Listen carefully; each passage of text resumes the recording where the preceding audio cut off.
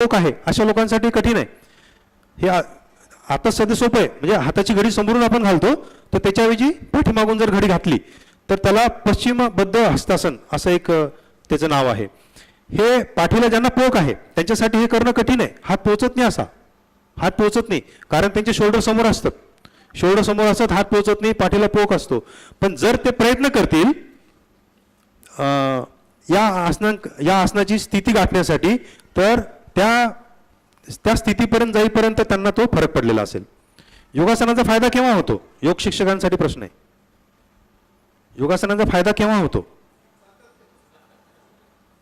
नाही, कोणत्या स्टेजला होतो? तुम्ही योगासन शिकताना की योगासन आल्यानंतर फायदा होईल? कधी होईल? प्रयत्न करताना. योगासनाचा फायदा त्याच्या डेस्टिनेशनमध्ये नाही आहे. तिथं त्या आसनामध्ये पोहोचल्यानंतर फायदा, आसनापर्यंत पोहोचलो आपण ती तुमची पावती आहे, तुम्हाला फरक पडला. पण तो जो मधला प्रवास आहे आसनांकडे जाण्याचा तो तुमचा बेनिफिशियल आहे, तो तुमचा बेनिफिट आहे. म्हणून पश्चिमबद्ध हस्तासन जर तुम्हाला करता येत असेल तर त्याच्यामुळं फक्त ते तुमचं पोश्चर मेंटेन राहील. परंतु ज्यांना पश्चिम हस्तबद्धासन किंवा बाकीचे जे दाखवलेले आहेत ते जर करता येत नसतील तर ते करण्यासाठी केलेले प्रयत्न जे असतात हे तुमचे प्रयत्न ते फळ देणार आहे. म्हणजे पश्चिम बद्ध हस्तासन तुम्हाला करता आलं पाहिजे. त्यासाठी तुम्ही जर प्रयत्न केले तर तुमचे शोल्डर मागे जातील आणि फ्री होतील आणि पाठीचा जो पोग आहे तो कमी होईल. ह्याच्यासारखंच गोमुखासन आपण जे करतो, गोमुखासन हे सिटिंग पोश्चर आहे, बसून करण्याचं आसन आहे. परंतु आपण उभं राहून सुद्धा, समस्थितीमध्ये उभं राहून सुद्धा आपण गोमुखासनाची जी हातांची जी ठेवण आहे ती जर आपण दिली तर त्याला गोमुखासन हस्तमुद्रा असं म्हणतात. गोमुखासन हस्तमुद्रा ही ज्यांना करता येते त्यांच्यासाठी सहज असतं. परंतु ज्यांचे शोल्डर आखडलेले आहेत, शोल्डर पुढे आलेले आहेत, त्यांना हात साधा पाठीवर सुद्धा इतका सुद्धा नेता येत नाही. याच्यामध्ये कधी कधी आधाराची गरज घ्यायची आवश्यकता असते. म्हणजे हा एल्बो समोर राहतो, हा हात मागे जात नाही. ही जी गोष्ट करतोय मी ही ज्या लोकांचं बॅड पोश्चरमुळे तसं झालेलं आहे सवयीमुळे त्यांच्यासाठी सांगतोय की हात मागे नेल्यानंतर एल्बो मागे जात नाही. अशा वेळेस भिंतीचा सपोर्ट घेऊन तुम्ही भिंतीला टेकून हा हात असा मागे नेण्यासाठी प्रयत्न करू शकता. असंच एक आसन आहे पश्चिम नमस्कार आसन. पश्चिम नमस्कार आसनामध्ये सुद्धा शोल्डर बऱ्यापैकी मागे नेण्यासाठी प्रयत्न केले जातात आणि पाठीमागे जाऊन हात जे आहेत हे पूर्णपणे इथे दोन्ही शोल्डर ब्लेडच्या मध्यपर्यंत आणले जातात आणि या पद्धतीने आपण शोल्डर जे आहे ते मागे वळू शकतो.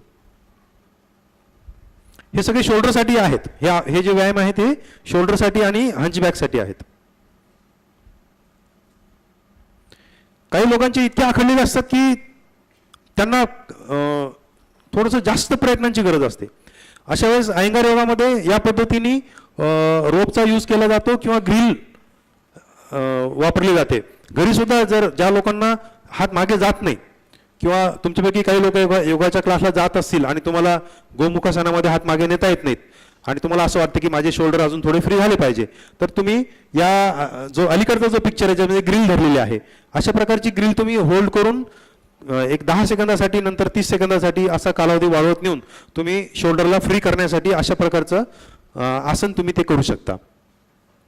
रोपनी सुद्धा बऱ्यापैकी शोल्डर्स मागे जाण्यासाठी मदत होते. याशिवाय पाठीचे स्नायू जे आहेत हे सुद्धा त्यांनी बळकट व्हायला सुरुवात होतात.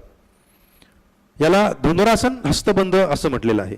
धनुरासनामध्ये आपण जे झोपून हात मागे नेतो ना, तर धनुरासनामध्ये खूप जणांचे पायापर्यंत हात पोहोचतच नाहीत. तर अशा लोकांसाठी प्रायमरी म्हणून अशा प्रकारचा आपण त्यांना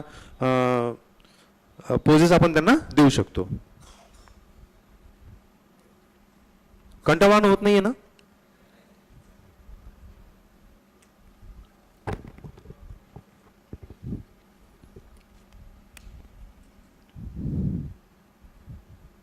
फ्रोझन शोल्डर हा एक आजार आहे, फ्रोझन शोल्डर म्हणून.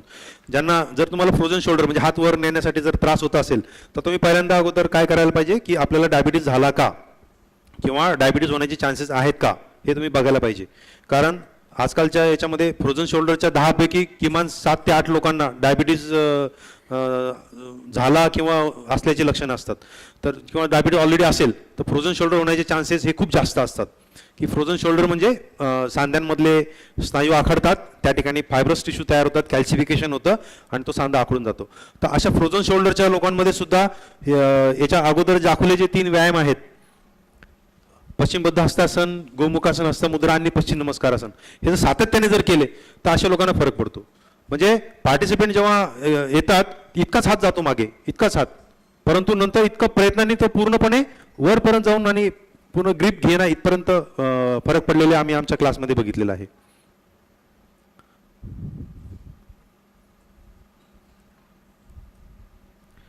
हे खूप महत्त्वाचं पार्ट आहे इथे, जे कोणी विद्यार्थी असतील किंवा पॅरेंट्स असतील त्यांच्यासाठी. दप्तर घेण्याची पद्धत, स्कूल बॅग किंवा प्रवासाला जाताना आपण जी बॅकपॅक घेतो, ती बॅकपॅक घेण्याची खूप चुकीची पद्धत तुम्हाला लक्षात येईल. तुम्ही शाळेत जाणाऱ्या विद्यार्थ्यांकडे बघा की त्यांची बॅग आहे ना ही पाठीपर्यंत आलेली असते, कमरेपर्यंत आलेली असते, आणि त्याचं जे वेट आहे हे खूप खाली असतं. म्हणजे ते जो बेल्ट आहे तो पूर्ण ढिला करतात आणि पार तो अगदी बटक्सपर्यंत बॅग लोंबकळलेली असते. हे अतिशय रॉंग पोश्चर आहे. याच्यामुळे वेट बॅलन्स करण्यासाठी आपलं शरीर थोडं पुढे झुकतं आणि पुढे झुकून झुकून मग ते पोश्चर डेव्हलप व्हायला सुरुवात होतं. तर जी बॅग आहे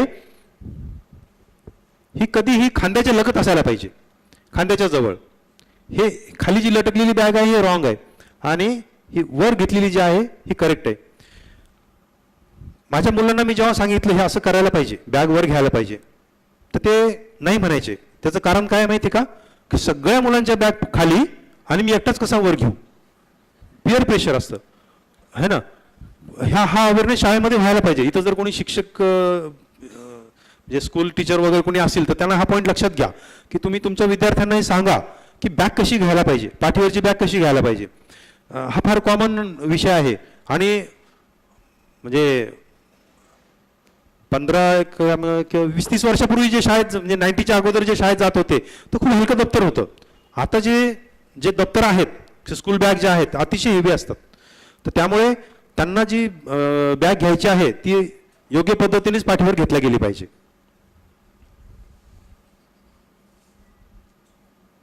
एका साईडला बॅग घेण्याची पण बऱ्याच जणांना पद्धत असते. म्हणजे माझ्या कॉलेजमध्ये एक व्यक्ती, म्हणजे माझा एक कलिग होता, तो एक बॅग अशी साईडने तो नियमित की घ्यायचा की त्याचं पोश्चर असंच होऊन गेलेलं आहे, असंच.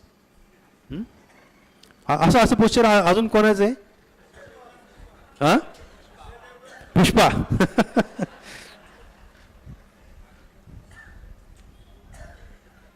म्हणजे थोड्या वेळासाठी बॅग घेतली तुम्ही ठीक आहे, परंतु कॉन्स्टंटली जर तुम्ही तसं केलं तर तो बदल तुमच्या शरीरामध्ये यायला लागतो.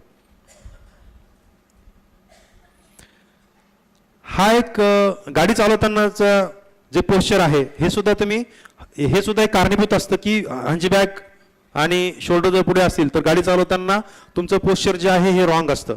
हा अवेअरनेस तुम्हाला योगासनांमधून येतो. मी आता जे थोड्या वेळापूर्वी बोललो की योगाच्या क्लासमध्ये आल्यानंतर समस्थितीमध्ये जेव्हा मी सांगतो की खांदे मागे घ्या, छातीवरती उचला, आणि तो अवेअरनेस तो असा भिनतो आणि मग ते स्वतःहून सांगतात की आम्ही आता गाडीवर सुद्धा सरळ बसायला लागलो. तर ही बसण्याची पद्धत आहे गाडीवर. आणि हा जो पोक काढलेला आहे हे रॉंग आहे. तुम्ही जेव्हा टू व्हीलर चालवता तेव्हा या पद्धतीने बसायला पाहिजे. एका स्कूटरची ॲडव्हर्टाईज मी बघितली होती की जी अशी स्कूटर आहे की जी तुम्हाला मानपाट तुमची त्याच्यावर दुखणार नाही. पण मी म्हणालो की ती गाडी जरी तशी असली, खूप चांगली जरी असेल, कम्फर्टेबल जरी असेल, पण तुमचं पोश्चर रॉंग असेल तर तुमचं 100% नंतर मान आणि पाठ तुमची दुखणारच आहे.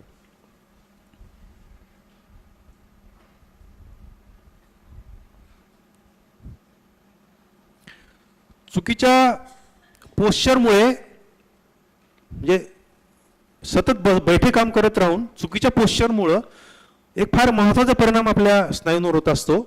ते स्नायू आहेत आपल्या मांड्यांचे मागचे स्नायू. हे स्नायू जे आहे त्यांना हॅमस्ट्रिंग स्नायू म्हणतात.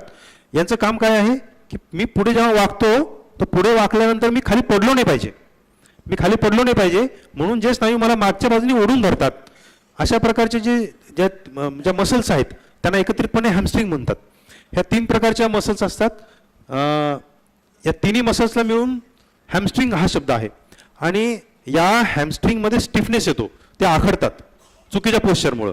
हा बदल जो आहे हा अपरिहार्य आहे. जर तुम्हाला जर व्यायाम नसेल, तुम्ही जर सतत बैठे काम करत असाल, कॉम्प्युटरवर म्हणा किंवा अजून काय दुसरं काही काम करत असाल बसून, तर हे हमखास तुमच्या हॅमस्ट्रिंग शॉर्टनिंग होतात. शॉर्टनिंग म्हणजे ती लहान होते, ती छोटी होते. मग जर तुम्ही विचार करा, माझ्या मागच्या बाजूची जर हॅमस्ट्रिंग लहान झाली तर मी पुढे वागताना ती ताणल्या जाईल आणि ती जर पुरेशी लांब होत नसेल तर मला पुढे वागता येणार नाही. बरोबर आहे. तर पुढे वाकण्याचा जर प्रयत्न केल्यानंतर 90 डिग्रीच्या पुढे किंवा त्याच्या आधी सुद्धा काही लोकांना इथे तणाव जाणवायला लागतो. योगासनाच्या क्लासला जर तुम्ही गेले असाल आणि हस्तपादासन किंवा उत्तानासन वगैरे आसन करत असताना तर तुम्हाला पाठ सरळ ठेवायला सांगितले आणि तुम्ही जर पुढे झुकले तर तुम्हाला जाणवेल की मागच्या बाजूला ताण पडायला लागला. किंवा पश्चिमोत्तानासन जे आहे की त्याच्यामध्ये अंगठे धरायचे असतात पाय सरळ ठेवून, तर तुम्हाला जाणवेल की माझ्या गुडघ्याच्या मागे मांड्यांच्या मागच्या बाजूला ताण निर्माण झालेला आहे. हा जो ताण निर्माण झालेला असतो तो त्या हॅमस्ट्रिंग नावाच्या स्नायूंचा ताण आहे. हॅमस्ट्रिंगचा परिणाम म्हणून या पद्धतीने पाय लांब करून बसताना व्यक्ती मागे झुकतो, त्याला 90 डिग्रीमध्ये बसता येत नाही. सरळ जर बसायचा प्रयत्न केला तर त्याला बसता येत नाही, कारण 90 डिग्री अँगल इथं तयारच होत नाही, कारण त्या मसल आखडलेले असतात. सतत बैठे काम करत असल्यामुळे पाठीला या पद्धतीने पोक निघायला सुरुवात होते. किंवा मांडी घालून जर बसायला सांगितलं तर तेव्हा सुद्धा पाठीला असा पोक निघू शकतो. शिवाय खाली वाकताना पुढे वाकून जेव्हा उत्तानासन करायला सांगितलं तर अशा वेळेस त्यांचे हात टेकत नाहीत आणि मग ते पाठीला गोल करतात.